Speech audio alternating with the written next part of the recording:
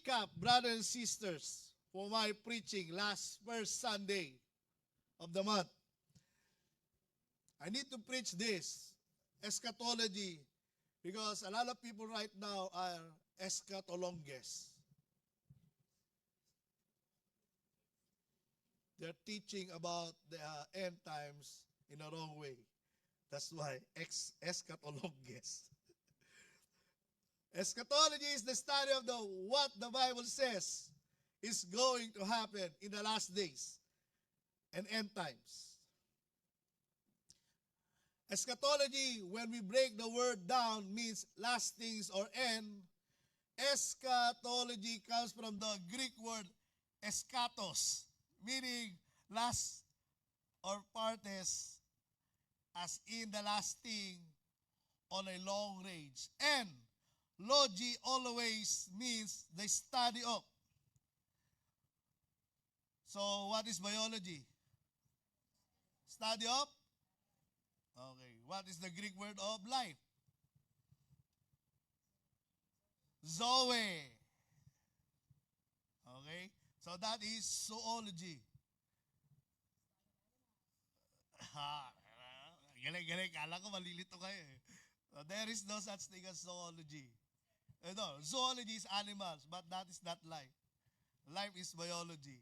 Okay? So, if we put together eschatos and logi, it is the doctrine or the study of last things. The word end times refers to oti for the Jewish people or Israel, while the word last days refers to New Testament for the church age, believers of Christ studying church age. Yan. First advent, the first coming. So the church stage, where is the church age start? Matthew chapter 16. Upon this rock, I will build my church. Church age. Acts 2, the baptism in the Holy Spirit. Then, the rapture of the church. Great tribulation. The return of Christ. Millennium. What is rapture? In the blink of the eye, those who died in Christ first will rise, caught in heaven, and those who are waiting and in the blink of the eye will be gone here. That is the first part of the second coming. Tribulation, 3.5 peace. Then the leader, which is the one world government, the one world leader in the world will do the peace in 3.5.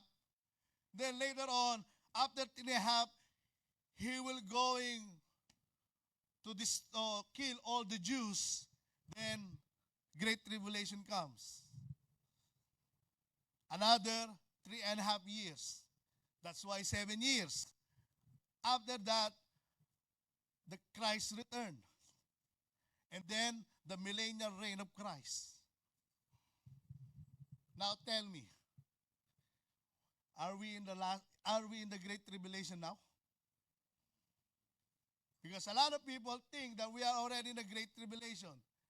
I believe we are in the tribulation, but not great. Because when you say great tribulation, that is a lot of chaos. But Pastor, there is already 666. There is a microchip, and there is a here. How do you know that microchip is the 666? Because it talks about numbers.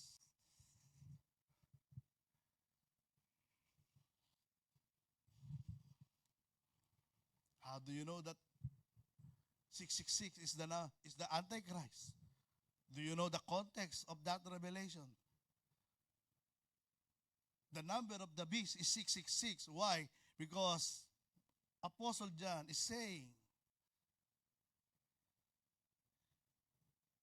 to Domitian, the emperor, you're not a god. Because during that time, they believe all emperors are demigod. That's why there is a Greek mythology. There is a Roman mythology. That's why there is Zeus. There is Venus, the goddess of the beauty. There is, who's the goddess of thunder? Thor.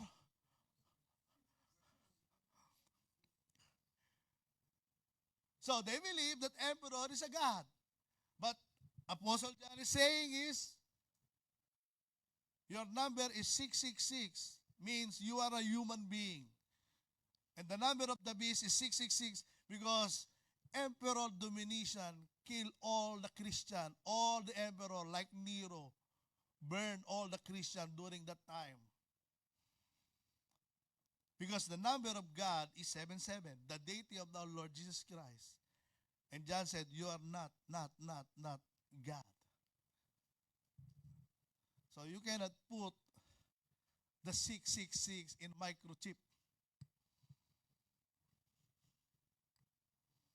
Because we are not here yet.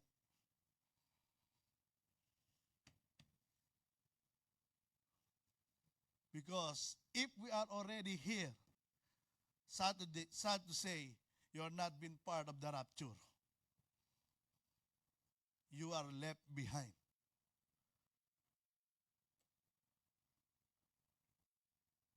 Because we are all pre-millennial. The doctrine of Pentecostal Assembly of Canada, which is the major doctrine, we are pre-millennial or pre-tribulation. You will not experience the great tribulation. You will be raptured. And if you want to be part of that great tribulation, kayo na lang po. I want to go in heaven. So please, stop asking me about we are now in the second coming age. No.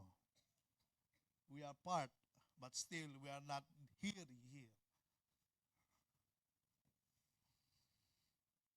Tapos na po ang preaching.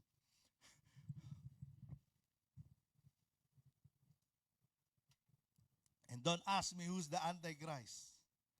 Because I tell you honestly, those who don't believe that that Jesus Christ is Lord, is the Antichrist. That's why it's anti-Christ. Because they don't believe that Christ is God.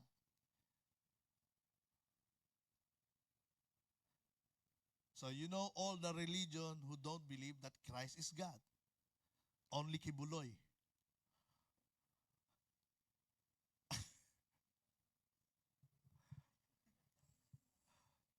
So if you believe, if INC don't believe that Christ is God, Antichrist.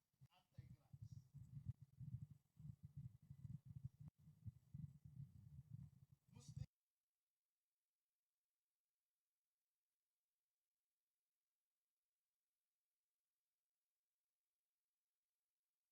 So those who don't believe that the Lord Jesus Christ is God is Antichrist. How about the atheists?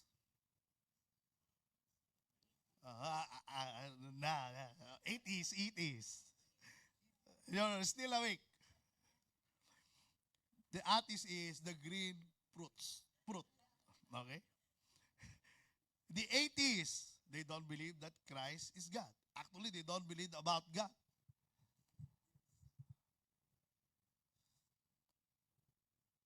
But you know why? You know what, church? The doctrine of international, the doctrine of Iglesia ni Cristo is a long way before. It is the time, started in the time of the early church father. It was started from Arian, one of the apostle, one of the church father. His name is Arian. He said that Christ is not a God. Arianism. And those who follow his doctrine is called Arianism. That's why Iglesia ni Cristo is not the first one.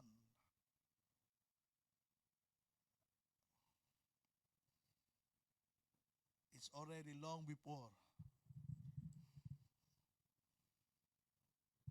So, let's check about this.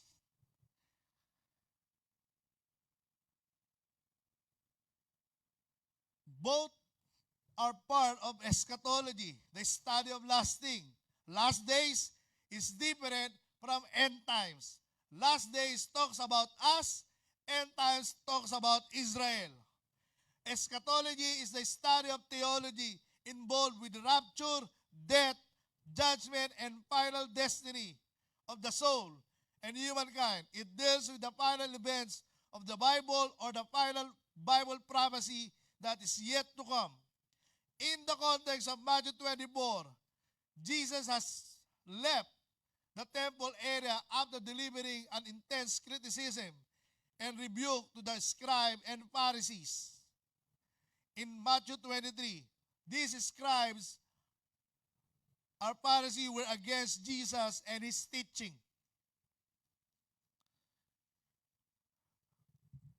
You know why Sadducees also against with Christ, but it always talks about scribes and Pharisees. You know why? Because as a Pharisee, they don't believe in resurrection. Almost the same with scribe. But the Sadducees, they believe in resurrection. But still, they don't believe that Christ is the Messiah. But mostly, they're not mentioned here. But they are also against with Christ. Eschatology, people are always asking about it. Remember this. In verse 3, as Jesus was sitting on the Mount of Olives, the disciple came to him privately. Tell us, they said, when will this happen and what will be the sign of your coming and of end of the age? The disciples are the first one who asked first about Jesus' second coming. And yet Jesus was still there with them that time. They asked when the temple will be destroyed because of what Jesus had said in verse 2. And this prophecy came true in AD 70 when the Roman Empire attacks Jerusalem, then dismantling the entire temple in the process of their rebellious act. And second question is how will they know Christ is returning to complete the end of its days? It's likely the disciple thought that the judgment Jesus had been describing would happen at the same time as his return. Church, we are like the disciple before. Or many people are asking about like this before because of what's going on right now in the world even before. Is this the end of the world? Is Jesus coming soon? Are we really in the last days? Is this the end times? Now, after Jesus prophesied that the temple would be destroyed, he answered their question about the end times. Because the context talks about Israel. That's why he's speaking about end times. And the context in that story is 2,000 years ago. In their time. Number 2, Jesus explained about it. Verse 4 to 9. Letter A, the warning. Jesus answered, watch out that no one deceives you. For many will come in my name, claiming I am the Messiah, and will deceive many. Warning, warning sign. We know all the warning sign. When we are driving in a highway or in the road, and when you see the yellow light, what does it mean? Huh?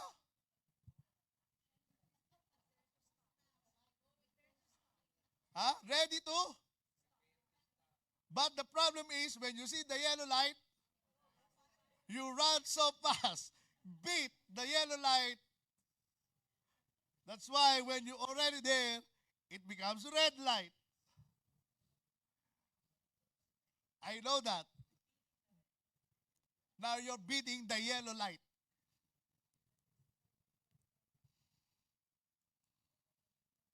So it is a warning. Jesus told them a warning. Watch out that no one deceives you. The destruction of Jerusalem and other similar catastrophes, disaster, would not indicate that Messiah's coming and the end of the church age were just around the corner. As Zechariah's prophecy seemed to indicate, remember what I said, Zechariah 14 verse 4, importante po yan if you're writing. I said this last time, the future appearance of people who claim to be the Messiah should not deceive the disciples or today's true believers into concluding that he was about to return either. Those who would come in my name, Jesus refers to those who would come claiming to be Messiah, not those who would come as Jesus' representative, for example, like us. So we are Jesus' representative, but we cannot claim that we are the Messiah. Because if you claim you are a Messiah, you will become Messiahed.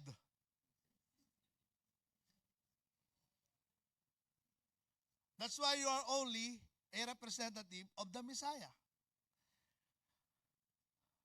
Sakto, di ba? Jesus began to answer a question from the disciples.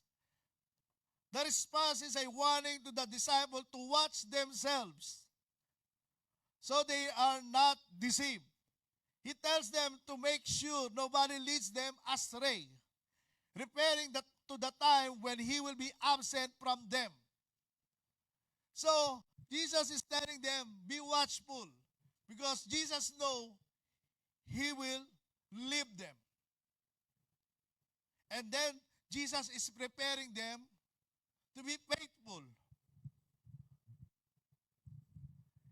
He will warn in the following verse about deceivers who will pretend to be Christ. He wants them to be clear that he alone is the Messiah. Like our parents, right? If somebody knock at the door and don't say anything, don't open the door. Right? You need to be careful to open the door because you don't know who is that person. Even though they say, I am the representative from your parents. If you don't recognize the voice, don't open the door. That's the parent tell to their children when they left their children at home. That's why here in Canada, you cannot do that. Only in the Philippines, you can do that. Here, you will be put to jail. This begins the main portion of the so-called Olivet Discourse in Matthew 24, verse 3, which will extend uninterrupted until the end of chapter 25. Matthew 25, verse 46. Then they will go away to eternal punishment, but the righteous to eternal life. Meaning, those who claim that they are Messiah, they will be put to eternal punishment. Many deceivers will come saying they are Christ, the Messiah. Jesus does not mean that they will pretend to be him specifically, but they will really claim that they are the Christ. The disciples or the true believers today would know him. So, do you want to know who the Christ is? You need to read you need to read the Word of God. Because the Word of God, especially the Gospel, is the sketches of the Lord Jesus Christ. The more you read it, the more you will understand Christ, the more you will know Him. Just imagine, you marry a person and you don't talk to that person. How will you know that person? Well, if you don't talk, you get married, then when you come home, hi, then you sleep. That's why sometimes the women will say to their husband, take a look at me now. It's just an empty space. And the husband will say, everything I do it for you. That's why I work.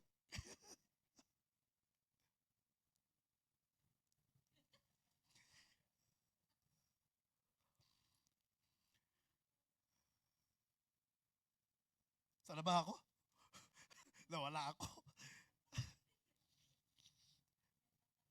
No, what I mean is, the more you talk to your wife or husband, the more you will know.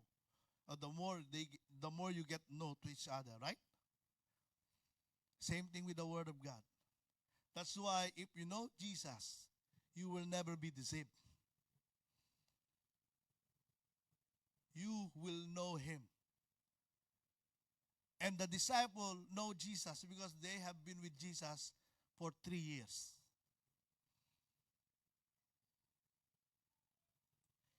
That's why even though they want to, even though they are jailed, uh, tortured, they didn't give up their faith because they know Christ. Jesus adds that many of these liars will become successful and numerous people will be taken in. This is the truth.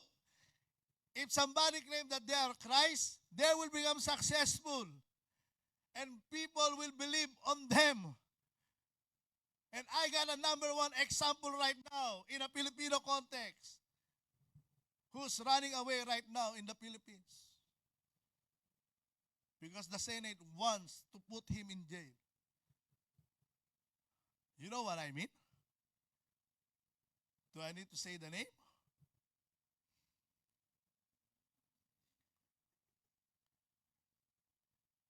So, he's now running because the Senate is investigating him for all the allegation that he did. But there is a post out now claiming what they did to Jesus Christ is they are doing right now to this person. Have you seen the social media? They're getting the pattern to Christ, to Him. I don't know why they are also blinded.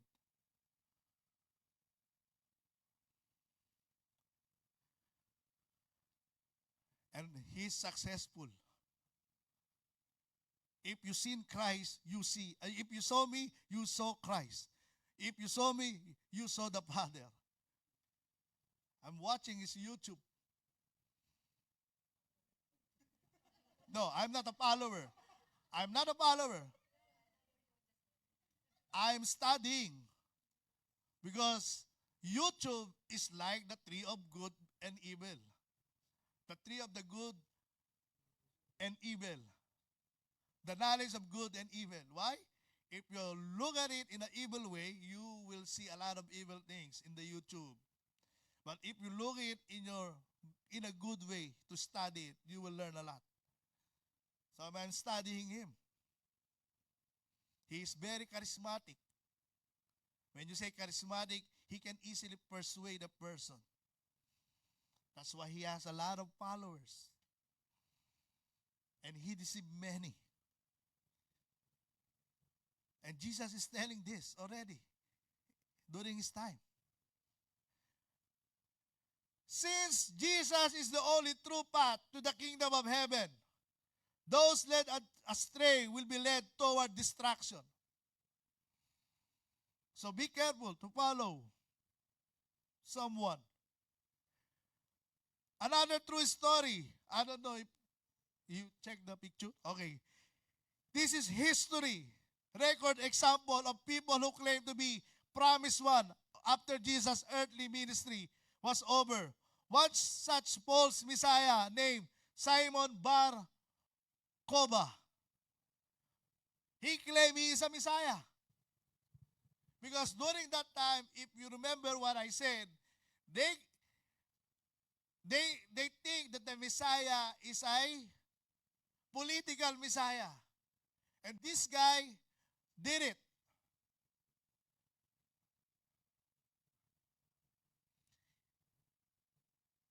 But he became a Messiah being rebellious against Rome in AD 135 AD. But remember what the Bible said. Actually, Jesus does not want his followers to be caught in such foolish deception and against the government. Romans 13 verse 1 and 2. Let everyone be subject to the governing authorities, for there is no authority except that which God has established. The authorities that exist have been established by God. Consequently, who rebels against the authority is rebelling against what God has instituted. And those who do so will be bring judgment on themselves. So this guy, he said he is a Messiah against the Roman Empire during that time. So, claiming the Messiah or claiming being a Jesus today is not new anymore. It happened 2,000 years ago. So we are in the last days since the Lord Jesus Christ speak about this. That's why Jesus said, watch out that no one will deceive you. Because deception is easy to someone who is longing for something. You know what? I'm so in love with you. I can bring the stars to you. Just say yes. And after you say yes, I will marry you and I'll bring you to the happy place of your life. Then you are now married. The happy place you are experiencing is full of deception. 1, 2, 3. Ginawang punching bag yung asawa. And be careful on that. Just is a warning. We are now, I'm telling you the truth, church. Be careful on what you watch in YouTube, in a social media, or because a lot of people right now is claiming they are the Messiah and they're claiming that we are now in the second coming. And recently, I was so shocked because I have known a pastor who posts something in his social media claiming that Toronto right now is in the earthquake. We are now in earthquake. And he showed the video that there is a lot of devastation or destruction in Canada. I know this pastor, but I make a comment on his wall. I said that is a fake news, pastor, because we are here in Canada, it doesn't happen. And later on, my comment was gone, deleted.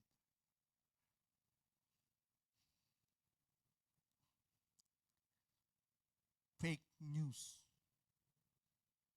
And sad to say, this pastor became one of my friends.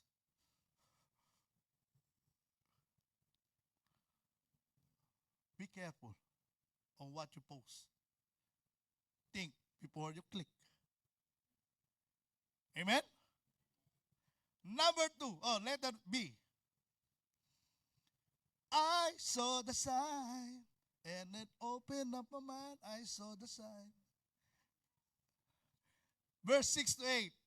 You will hear of wars and rumors of wars, but see to it that you are not alarmed. Such thing must happen, but the end is still to come.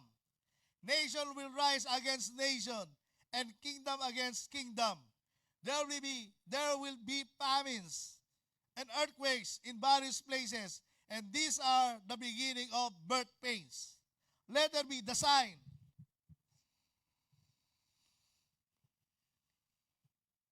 Ano sabi doon?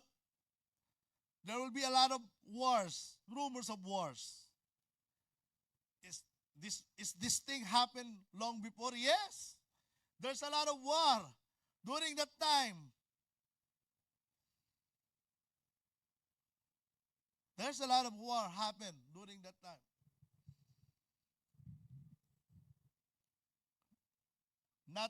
Not only right now. Because there are Vikings, barbarians, there are warlords, warrior, kings in every countries during that time. King Kublai Khan,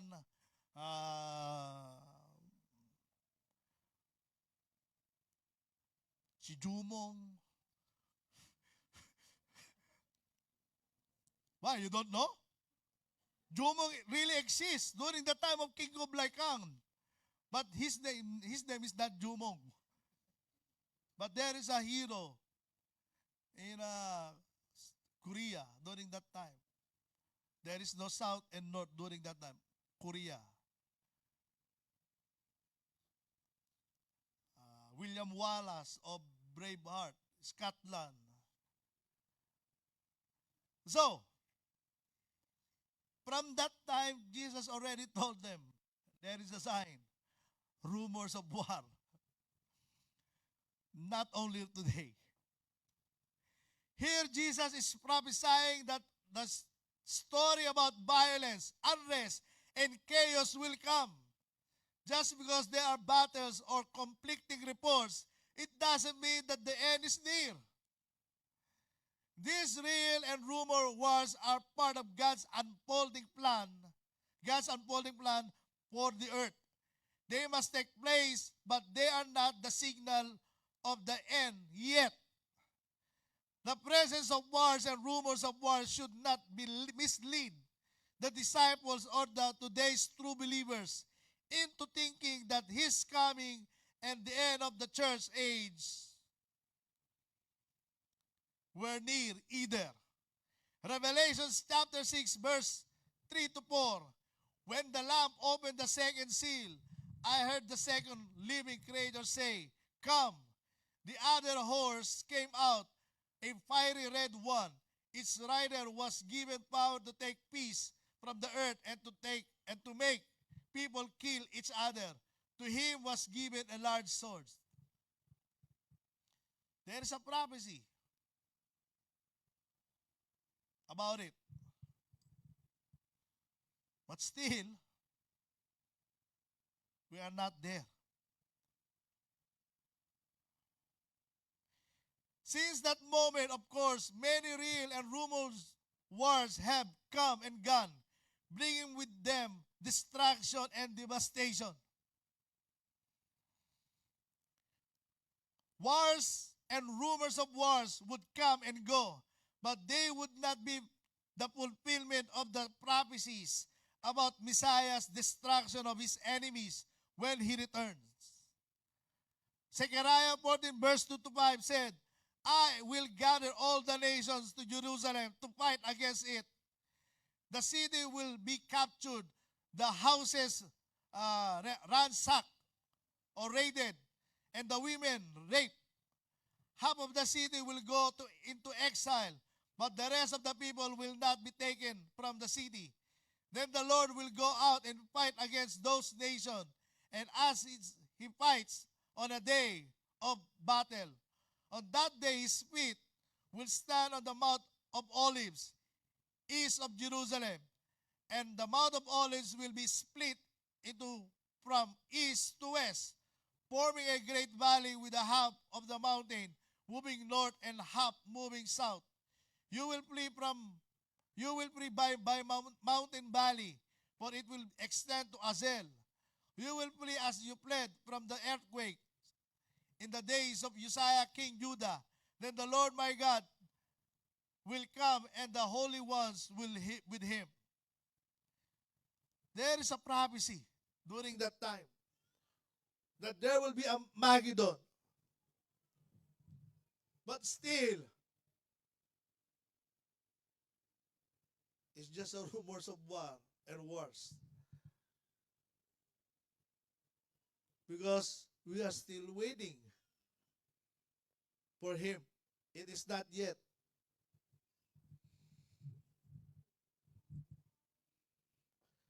The disciple or the true believers should not let the presence of wars and rumors of wars deceive them into thinking that the Messiah return to reign was just around the corner. Unfortunately, many people seem to miss Jesus' words here.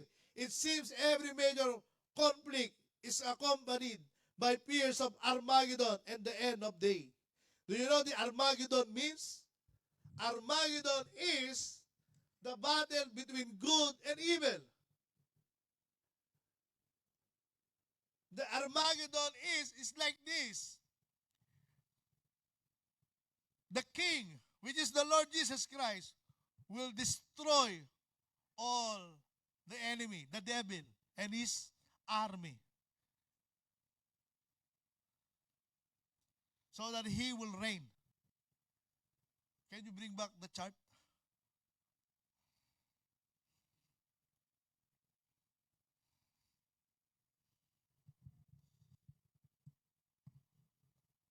Armageddon happened here, and the millennium reign of Christ.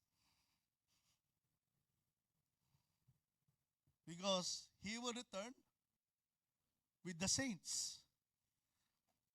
After the rapture of the saints, he will return with the saints.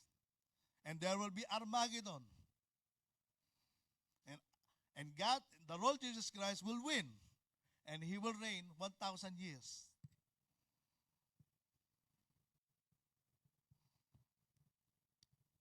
And those people are thinking we are now in the Armageddon area because of wars. Why a lot of believers want to experience right now the great tribulation? We are not still there yet, church. Just enjoy what you are living right now. While enjoying, share the gospel of Christ. That's it. Actually, there is a person who keep sending me about prophecy, about end times, about last days. I don't reply. But my wife said, why don't you ask that person, now that you know that there will be last days and end times, how many people have you been shared the gospel? How many? Because you know what? All those people who are so curious about this second coming are those people who don't evangelize. Sad to say. They just want to make you scared. That's why I post something in my Facebook. Where is it? Where's my cell phone? Go to my wall.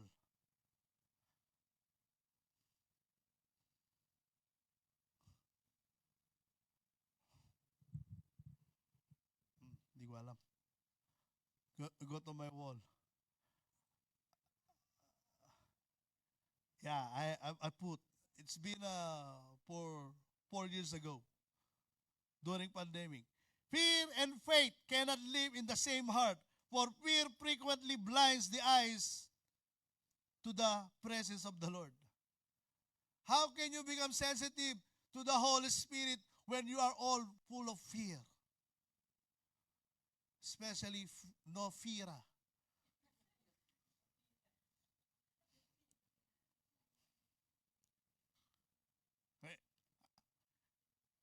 You know why? When I said that, when a person have no fear, they cannot focus on the Lord. Is that true? Instead of having a devotion, ano kaya pagkakakitaan? I need another job. Oh, this is too, it is, I earn, my paycheck is so, I cannot pay my budget. Instead of focusing on the Word of God, he will ask, oh, is there a part-time job there?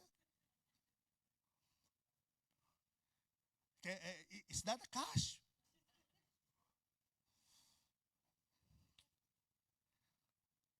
Fear and faith cannot go together in the same heart because it blinds the presence of God. I don't know if I'm right with that. You cannot scare the person just to believe on God. Share your testimony and show how God changed you from glory to glory.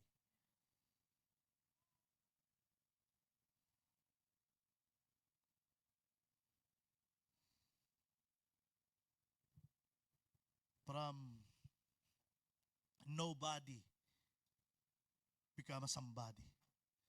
Because before, I am a nobody to anyone. They don't know me. But when I became a Christian, I became somebody because of the Lord Jesus Christ. Amen? What is the, what the Tito Boy said yesterday when he saw me? Those who are there. The famous preacher in Mississauga. I don't know that. I was shocked. Really? I'm famous? Glory to God. I don't know why he called me like that. Because I don't know. God knows. Amen? That's why I told you, from nobody become somebody because of the Lord Jesus Christ. That is a power testimony than to scare the people about end times. I remember before when I'm still part of one of the team evangelizing the street evangelism. This is how we evangelize. This is we do when we evangelize. Hey you, if you die today, do you know where you go? Are you going to heaven? Or are you going to hell? If you don't really know where you're going, and if you don't have Christ right now, you will go to hell. So accept the Lord Jesus Christ as Lord and Savior before you go to hell. If you hear that, what you going to be answered? Oh, I'm so scared. I'm going to hell. You cannot now, if you do that, oh, who's this guy? Hey, 911, get this guy. He's scaring me because this is harassment. Do you know that? Evangelism today should be friendly. Make a relationship, then you can evangelize a person. Amen? Look at Para. She bring Khalil. Close friend. Amen? Give glory to God.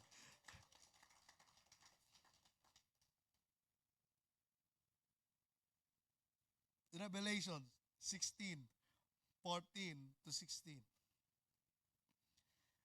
They are demonic spirit who work miracles and go out to all rulers of the world to gather them for battle against the Lord. That great judgment day of God. This is the Armageddon and the Almighty. Look, I will come as unexpectedly as a thief. Blessed are all who are watching for me, who keep their clothing ready today, so they will not have to walk around naked and ashamed. And the demonic spirit gather all the rulers, their armies, to place with Hebrew name Armageddon. So the Lord Jesus Christ will destroy them.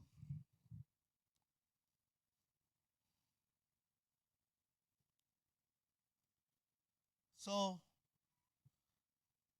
we are not there yet. And if you want to be there, I want to be there when I'm already raptured. Because nawala na naman. You will return with Christ. Wars, famines, and earthquakes will lead the end of the church age. Again, the church age is the age which we live that will end when Jesus returns to earth. The Apostle John received more information about these catastrophes in the book of Revelation. Now, Jesus adds the idea of international struggles, natural disasters, and economic crises. Such even can feel like the end to those who live through them, like we are living right now. But Jesus is clear. His disciples or today's true believers should not conclude that the end has arrived based on these kinds of happenings in the world. He said in the previous verse that such thing must take place in next verse, where he refers to this only the beginning of birth pains. Matthew 24 verse 8. The phrase birth pains had its origin in the Old Testament. Wala pa ako sa letter C. Huwag mo lagay mo muna. Nag-introduction pa lang ako sa letter C. Okay. It is in origin of Old Testament passage that describe the period of distress, namely the tribulation. Not yet the Great Tribulation. Isaiah 13 verse 8, Isaiah 26 verse 17, Jeremiah 4:31, Jeremiah 6:24. Sulat nyo na lang po kasi marami pong verses yan. Ganyan po pag theology. Micah 4:9-10, 9-10, and 1 Thessalonians 5:3. These birth pains happened before the Messianic age, the period of time when the Messiah King Jesus Christ will reign and bring universal peace to the church. See? Balik tayo sa chart. Para maintindihan nila.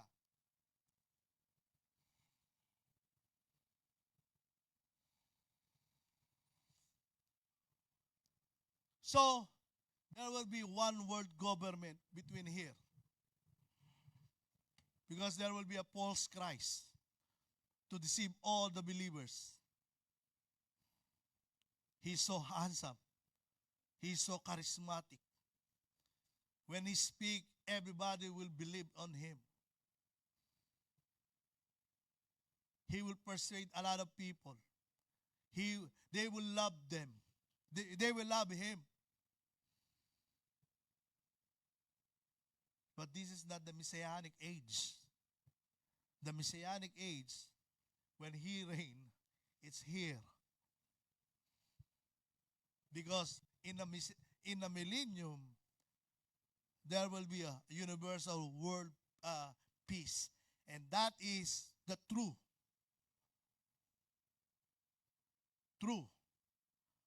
world peace when he reigned here 1,000 years. And then, after 1,000 years, he will going to put Satan in hell for the rest of the eternity. And after that, there will be New Jerusalem, new world. Everything was new. Revelation 21.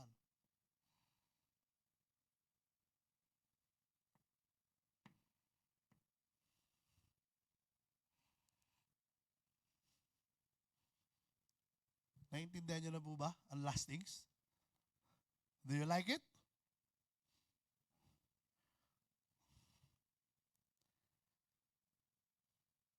So, anong gusto nyo? Pre-millennial, mid-millennial, or post-millennial? Pastor, explain mo. I will explain. Pre-millennial is this. Rapture, you will be all gone. Then, tribulation. Or mid-millennial. tribulation, and during tribulation, you will be raptured. Or pause. There will be a great tribulation, then you will be raptured. Well, which one do you want? Yeah, because that's our doctrine. But still right now, a lot of people are debating about that. That's why when they ask me, are you premillennial, mid-millennial, or post-millennial? I will always say to them, I'm a pro-mill. Pro-millennial.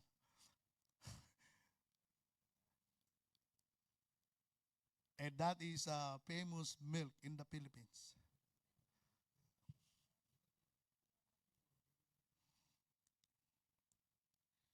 Now, Jesus using a symbolic to describe these catastrophic events. They are the beginning of birth pains. They are not the birth itself. You know birth pains? Birth pains is like your laboring. Laboring only. So, when you see these things happening now, it's just a birth pains. We're not there yet. It's just a laboring situation.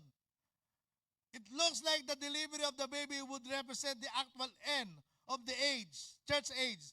A woman having a birth pains or contradiction may still be far from delivering the baby.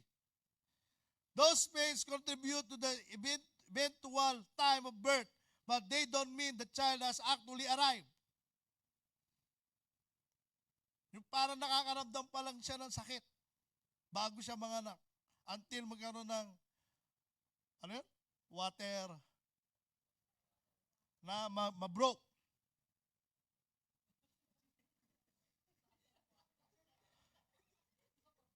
So, brothers and sisters, we're not there yet. So while waiting, evangelize. But this is our already beginning of birth pains. And let me explain about birth pains. Lastly, number 3, the birth pains. And next week, I will expound more about what I'm trying to say. This series should be not Bible doctrines. It should be eschatology. But still, that is a part of the doctrine. The birth pains, verse 9. Then you will be handed over to the persecuted, to be persecuted and put to death. You will be hated by all nations because of me. Martyrdom. Killing all Christians. These things happened before already. I forgot who's the apostle. I think it's Thomas. When they found out that Thomas is a Christian in India, they cut him into pieces and throw his body in a lot of cities in India. How about Andrew? I already told you. Andrew was burned in fire while evangelizing in an X-cross. How about Peter? He was crucified upside down. And now you're telling me that is Antichrist. No. Peter said, I don't want to be crucified like my Savior. So they turned upside down the cross. That is not Antichrist. How about Paul? Paul was, what you call this? Hang. They hang his head or his neck on the tree.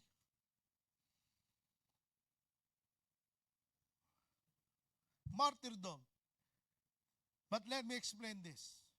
Scholars are split on one time frame Jesus has in mind here. Some believe that what Jesus depicts here is prophecy for the 12 apostles. See? In that case, they refer to the Hereward Jewish religious leaders and those they influence. Those authority figures will persecute and murder Jesus' disciples. What says in John 16, verse 1 to 4? All this I have told you, so that you will not fall away. They will put you out of the synagogue. In fact, the time is coming when anyone who kills you will think they are offering a service to God. They will do such things because they have not known the Father or me. I've told you this so that when their time comes, you will remember that I warned you about them. I did not tell you this from beginning because I was with you. So Jesus is telling them there will be a persecution for those who are believers, especially when I am gone. And you need to stay in faith.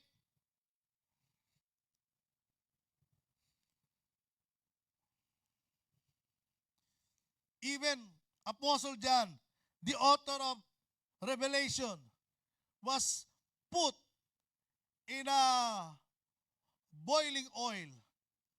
He was cooked alive, but he didn't die. That's why instead of killing him, they throw him in the island of Patmos.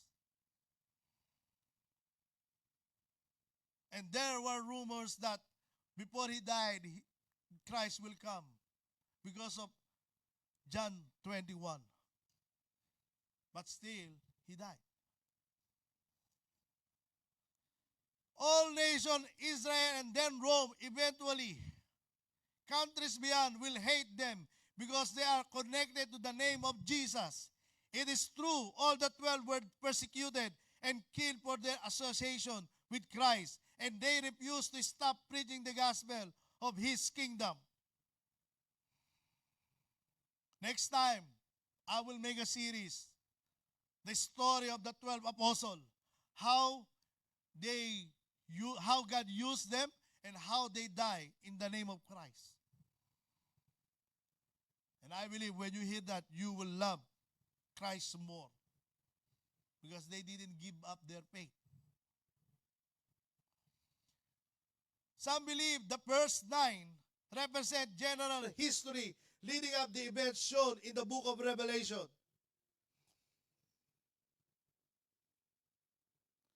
Others see these troubles confused as part of the final 7 years before to Christ's millennial kingdom reign. Revelation 20 verse 4. I saw thrones on which were seated those who had been given authority to judge. I saw the soul of those who have been beheaded because of their testimony about Jesus and because of the word of God. They had not worshipped the beast or its image and had not received its mark or their foreheads or their hands. They came to life and reigned with Christ 8,000 years. Revelation is a future event.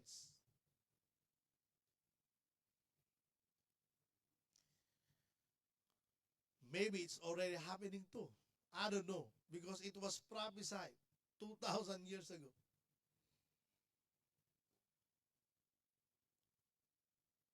I believe Christ will come, but I don't know when.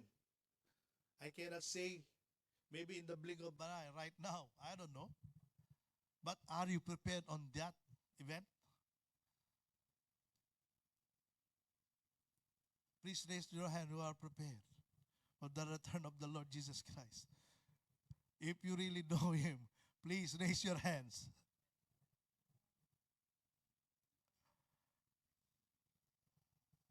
Because if you're not, let me talk to you.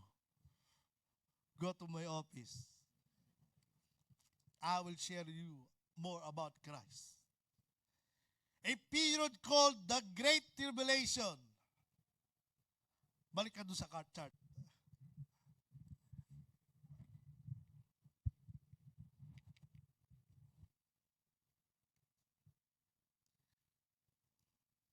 What if I tell you that all this prophecy already happened during the time of Daniel?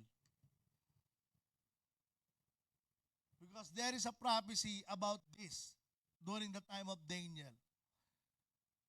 Not only in Revelation.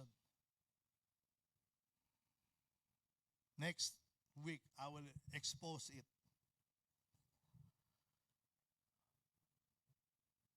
A period called the Great Tribulation. This verse normally assumed to be description of the actual end times. The context of this line of thought ends with a specific statement at the end. And then the end will come. That suggests Jesus means this segment to apply to the time immediately before to his second coming. This is the second coming, the actual second coming. Rapture is the part of the second coming. Christ will return here, but he will not go down because there is a rapture caught in heaven.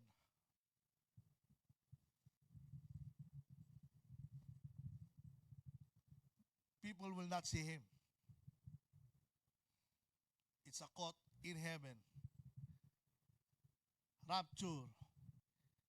In Revelation, behold, he comes, riding in the cloud, shining like a star. At the trumpet call, lift your hand.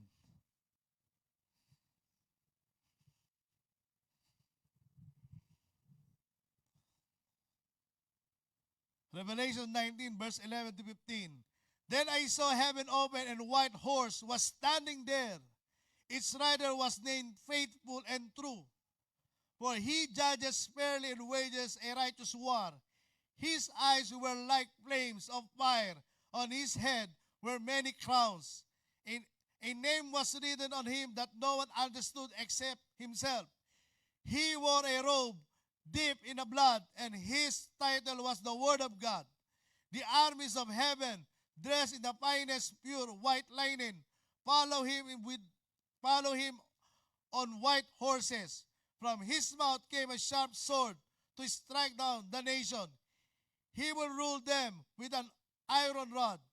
He will release the fierce of wrath of God and the Almighty like juice flowing from wine press. Church, question.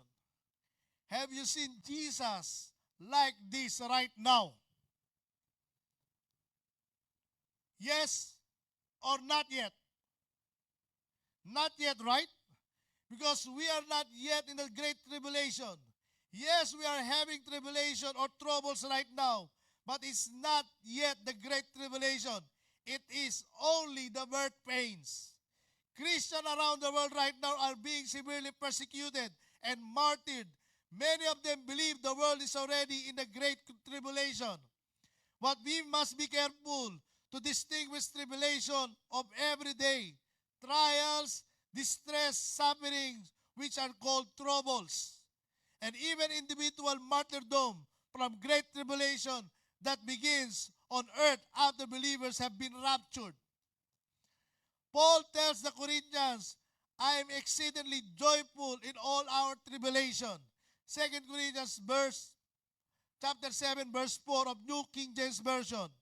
The NIV, or New International Version, notes that Paul is not referring to the end-time Great Tribulation. Through the Greek word is the same. It translates the verse, in all our troubles, my joy knows no bound.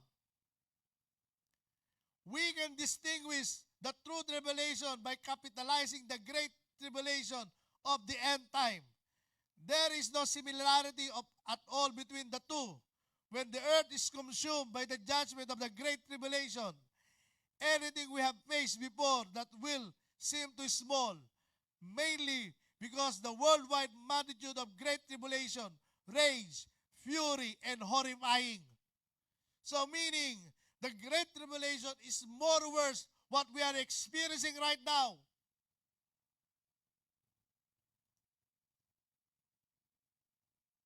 It is more horrifying, church.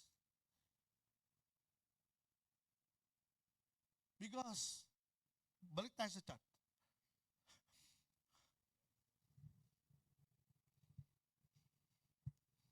Kasi pag may chart kasi madali lang maintindihan at masarap magturo pag may chart.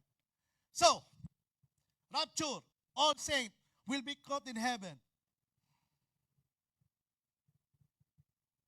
Do you know that during Great Tribulation, the Holy Spirit is not here anymore. That's why there is no peace. Because the Holy Spirit was not here anymore. That's why there is a lot of chaos, trials, famine, horrifying experience. Because there is no Holy Spirit, Holy Spirit is not here anymore, who give us gentleness, who give us peace, who give us love. Everything here is chaos.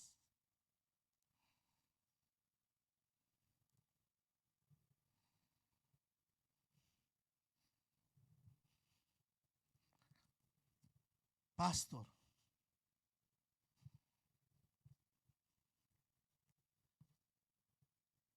the Holy Spirit stops there. That's why the Holy Spirit is still here. Enjoy with His presence while He is still here. Amen? Because John said, He is with you and He will be in you. So enjoy with His presence. Pray, seek.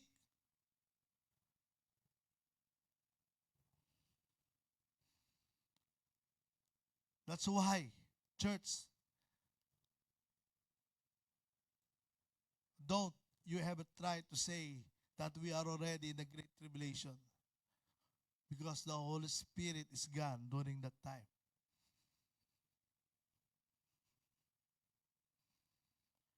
That's why the tribulation that we are facing right now is called troubles in the last days.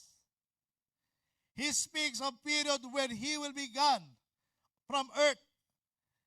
They will be persecuted and killed. The world will be in chaos, but the gospel will be preached everywhere. Nobody knows exactly when Jesus' return will be completed, so His followers should constantly be prepared. Jesus continued to teach on these themes in the next chapter, Matthew 25. But let me read in verse 13 and 14.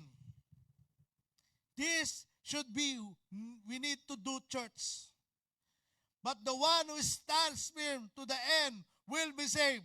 And this gospel of the kingdom will be preached in the whole world as a testimony to all nations, and then the end will come. Preach the gospel while waiting. That is the command. Matthew 24, verse 14. Last days, event, church, will be full of frightful happenings. Since we will not escape them all, Christ gave us instruction. If you want to take picture this. Because this is important. This is what we're going to do in the last days. Watch out that no one deceives you. Verse 4. Do not be alarmed at the signs they must happen. Verse 6. Stand firm to the end. Verse 13. Continue preaching the gospel throughout the world. Verse 14. Be ready to flee from evil and persecution. Verse 16 to 19. Be ready to flee from evil and persecution, not to go to evil things. Know, form the signs that Christ's coming and the end are very near. Watch continually for Christ's coming. Be ready spiritually for Christ's return. Verse 4 to 4.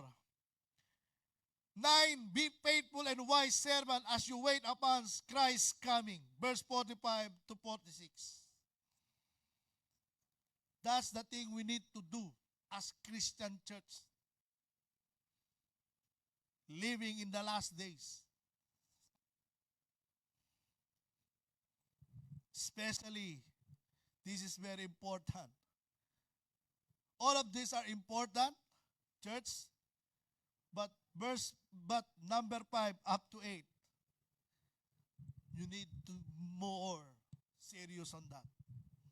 Well, everything should be serious.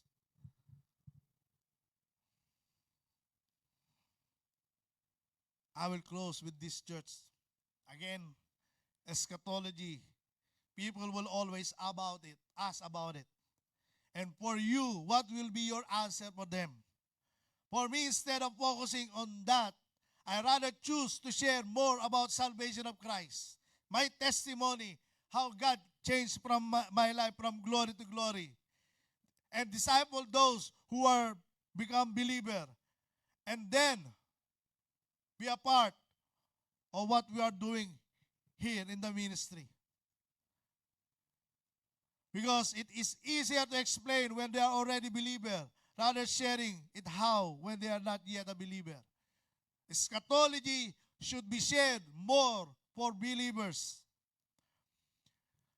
Well, I will try my best, church, to explain the rapture next Sunday with a conflict topic about 7 years of great tribulation. Because if you want to know more about this today, it is another 3 hours more. My challenge for you today is to read carefully without any outside commentaries.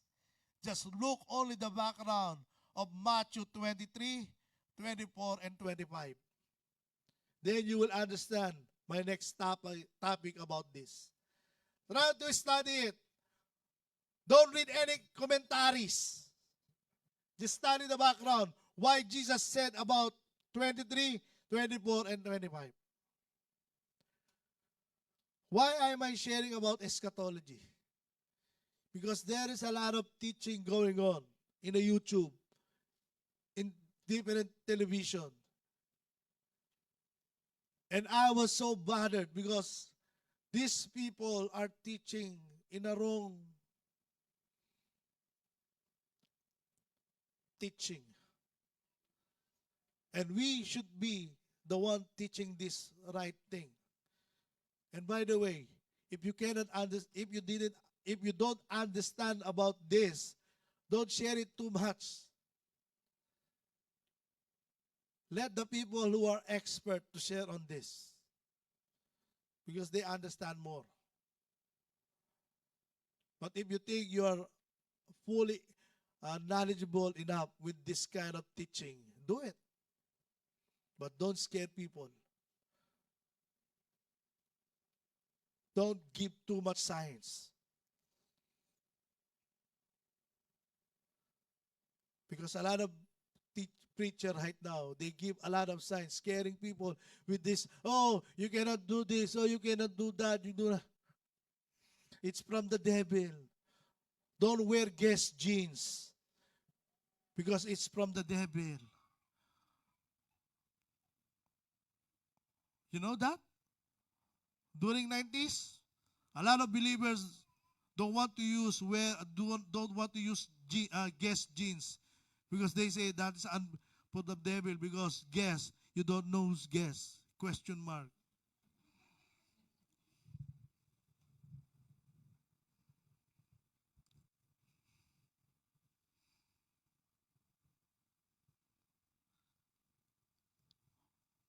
That's why you need to study, brothers and sisters, before you share something.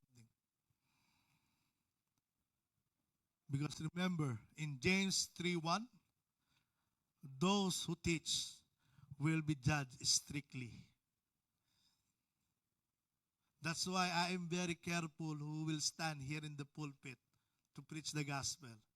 That's why those who are preparing their sermon, preaching here, I'm thoroughly checking their message before they stand here. Because I don't want them to teach wrong things. Because it says in James 3:1, you will be judged strictly.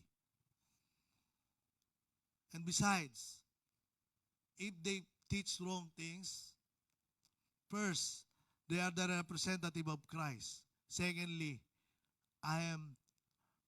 they are representing me also as a pastor. Actually, Pastor Bonnie, the teacher in ABA, said, he will not allow a person who preach here who didn't come in the Bible school. But I allow people to preach here. You know why? Because I know I'm teaching the right thing.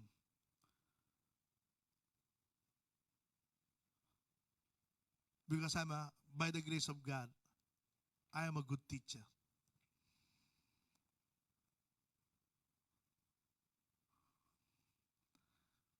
No one, another pastor will give anybody opportunity to preach here, especially when you said James 3:1.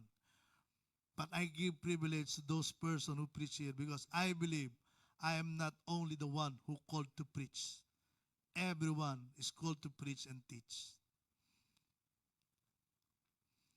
That's why to those who are preaching in May and June, be prepared. Be prepared. Don't worry, I will help you. Amen? And be excited to hear them. Because you will be shocked, those people who go to stand here. And I will challenge you, dream bigger, that someday you will preach here also. That's why I am opening another lay preachers course in May. Amen? And I will close. Before I close, announcement. Please invite more friends, colleagues, believers on next Saturday. We will have our APAW, all praise and worship, starting 6 o'clock and up to 9. Next Saturday here. This Saturday, sorry. April 27, this Saturday. Invite more. Because this is a pre-worship camp event. And our worship camp will be on June 14 to 16. Our worship camp. And our incubation night, to those who want to be staff, is June 8 and 9. Okay? No, June. What is a Friday? 7, right? Okay, June 7 and 8. You know, guys, God is using this church to invade, to share the gospel. And be prepared also. Invite more of your friends on June 29, Saturday. We will have NCC and Heartland Church. We will have a evangelism concert at the parking lot.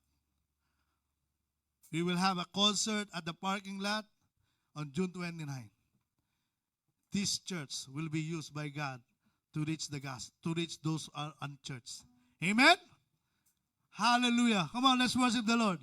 Hallelujah.